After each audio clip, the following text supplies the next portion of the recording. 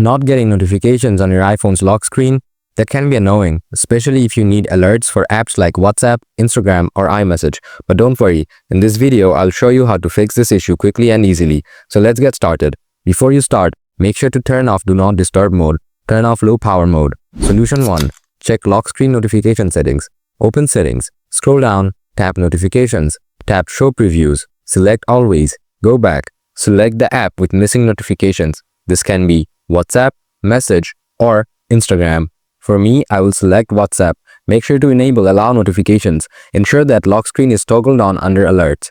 Make sure Show Previews is set to Always or when unlocked. Now, tap on WhatsApp Notification Settings. Make sure to enable all the important settings from here. Exit Settings and check if the lock screen notifications are now appearing. Solution 2.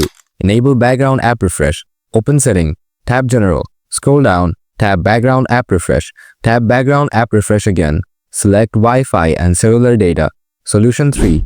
Reset all settings. Open Settings. Tap General. Scroll down. Then Transfer or Reset iPhone. Tap Reset. Choose Reset all settings. Enter your passcode and confirm. Your iPhone will restart. Check if notifications now show on the lock screen.